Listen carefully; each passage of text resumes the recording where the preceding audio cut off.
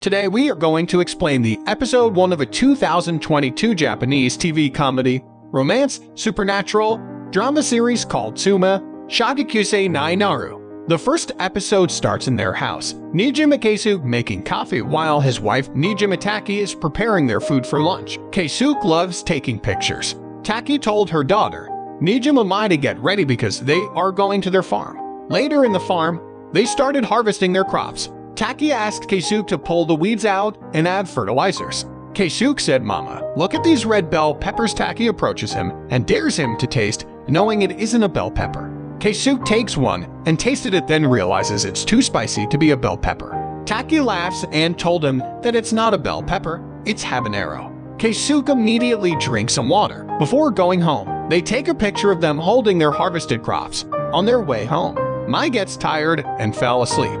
Taki tells his wife that she has such a believable power to make everyone around her happy, and as long as they have her, they have nothing to worry about. Taki asks him, "Don't you have any certain purpose in life?" Keisuke tells her that he'll follow her because she is the heroine of his life. Taki taps his forehead and asks to give her a full body massage later. Suddenly, a truck appears on the curved side of the road, taking their lane, resulting into crashing into their car. 10 years passed. Keisuke wakes up from his phone's alarm. He goes downstairs to prepare for work. He takes the trash with him on his way out. Mai is in her room playing video game. Taki passed away 10 years ago. Since then, Mai and her father have become zombies, living but not alive. One afternoon, while Keisuke is on his way home, a little girl overtakes him on the stairs, but then she stops and looks at him like she knows who he is, but Keisuke just ignored her. When he gets home, Mai goes downstairs and takes her food from what Keisuke bought for them, and without a word, she goes back to her room. When Keisuke is about to eat, the doorbell rings. He goes to the door to check. Looking at the monitor, he sees an elementary school student. Confused, he slowly opens the door and asks the little girl what brings her to their house. He opens the gate and the little girl said, "I'm home," and then she immediately goes inside while Keisuke is telling her that this isn't her house. At the kitchen, the little girl tells him, "I am not mistaken, this is my home," and admits that her name is Nijima Taki, her wife and Mai's mother. Keisuke is confused. The little girl asks if Mai is upstairs, then rushes into her room. The little girl holds her face and says that she looks exactly like her when she was young. Then the little girl ran excitedly downstairs and checks her dead wife's portrait and complains, "Why did you pick the ugliest picture of me?" The little girl told Keisuke that she was his wife, who died 10 years ago. Keisuke and Mai looks confused of what is happening. The little girl tells them that she'll turn 10 in her next birthday and that she died 10 years ago.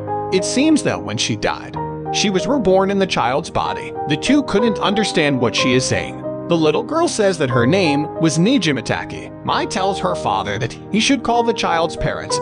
Keisuke asks the child what is her name, and she replies that her name now is Shinichi Marika, 4th grader of Sakura Elementary School. She wonders what they've been eating since she's been gone. She tells him no matter how busy he's eating takeouts, he has to put it on a plate. Keisuke and his daughter were stunned. Marika notices the time and realizes that she needs to go home, so she quickly picked up her school bag. Before going home, Marika tells Keisuke that, "I thought there was an old man in the house." Keisuke was surprised on how the little girl talks and carries a plate. Food habits, just like her mother. The next morning, while Keisuke and Mai were out, Marika comes back to their house. Nobody is answering and found out that the gate was unlocked. She expertly took the spare key from under the flower pot and she opened the door. She goes into the storage closet and finds her secret hidden money. She picked up the photo album, looking at the pictures of her daughter growing up year after year. It's full of memories. After her daughter's 10th birthday, the photo album goes blank. It looks like Keisuke and her daughter have been lonely and stopped living since her own death. They haven't been able to get over it. Marika immediately calls Keisuke, telling him that she is his wife and she needs to meet him at their usual place. Keisuke is confused, so he ignored her. He rides a bus on his way home, and memories of her wife flashes back. Later, he saw Marika waiting at their usual place, waving at him. After that, she led him to the supermarket and says in a loud voice that she is his wife. Passers-by cast strange glances at them. They bought a cell phone for Marika, and she downloaded an app, then she scans his QR code. From then on, every day, in the morning, Marika sends good morning text and cheer-up messages to Keisuke. One time, Marika finds Mai in a coffee shop nearby. She asked her daughter like an adult if she has found a job, or does she have a boyfriend.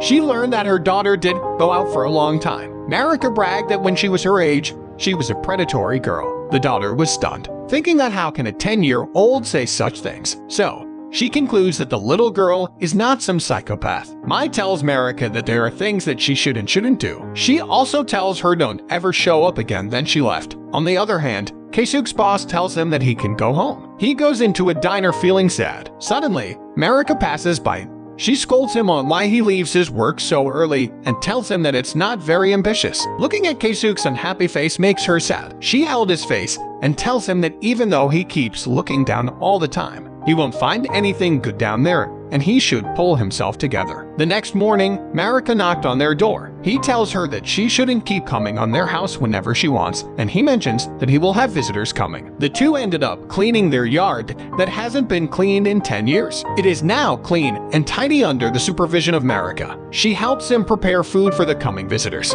Suddenly, good memories came flashing back in an instant. Mai saw such a scene. Angered, she rushed to Marika, telling her that this is her mother's kitchen and she shouldn't touch anything. She couldn't believe that her mother is back and become a child. The night arrives and their friends came to Keisuke's house to attend his wife's annual memorial service. Keisuke gave his thanks to his friends for attending his wife's memorial service for a decade. He tells them that he is going to sell his house to put an end to his memories and start a new life. Marika, hiding nearby, was surprised to hear this. When the visitors left, Keisuke tells her that the house was bought by her wife. Kitchen tiles, the porch lamp was carefully selected by her. He left everything untouched after his wife died. His wife loves coffee. He tells Marika that when his wife is teaching him the recipe, he used to write the recipe down carefully and that they also made charts of it. While talking, Keisuke looked silly and laughed. He wanted Marika to stop coming to his house. After all, 10 years is supposed to be a fresh start. After Marika heard all of these, he said that his skills have deteriorated a lot, then quietly leaves. One day, Keisuke received a food delivery. When he opens it, it was his wife's dish. She always makes it for him. He picked up the lunchbox and tasted it. Instant hot dog, and the spicy flavor is his wife's own recipe. He remembers the time when he was stuck working overtime. His wife will fetch him a midnight snack for his man to perk up. She named the dish habanero meatball. The couple grew the bell pepper themselves. The familiar smell made Keisuke cry. Meanwhile, Mai also received a food delivery. When she opens the box, a birthday cake with cookies numbered from 11 to 20 years old are covered with mother's love. She hasn't had a birthday since her mom died. Keisuke and his daughter ran as fast as they could to the school, realizing that she is really Nijimitaki.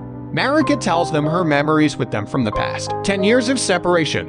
What a way to bring a family together. Back at home, Marika gave orders around the house just like before. Keisuke was as happy as a child. But Taki was not satisfied and tells him it's a miracle I remember my past life. But when I passed away, you need to pick yourself up and move on. Mai held her mother's hand and tells her like a child that you were my mother, welcome back, Mom. One afternoon, Keisuke fetched Marika home using his bike. On the road, a police stops them and tells them that they cannot be riding a bike like they're a couple. Keisuke tells the police that they are husband and wife. Marika taps his forehead and they left immediately. The family rallied. Mai began to look for work. The two cooks their own food from now on and does not rely on takeouts anymore. One day, Marika made a bento box for Keisuke to cheer him up, which makes Marika's mother suspicious. Wondering what their kid is doing, so she followed her child. They meet at the road. Marika gave the bento box she made for Keisuke.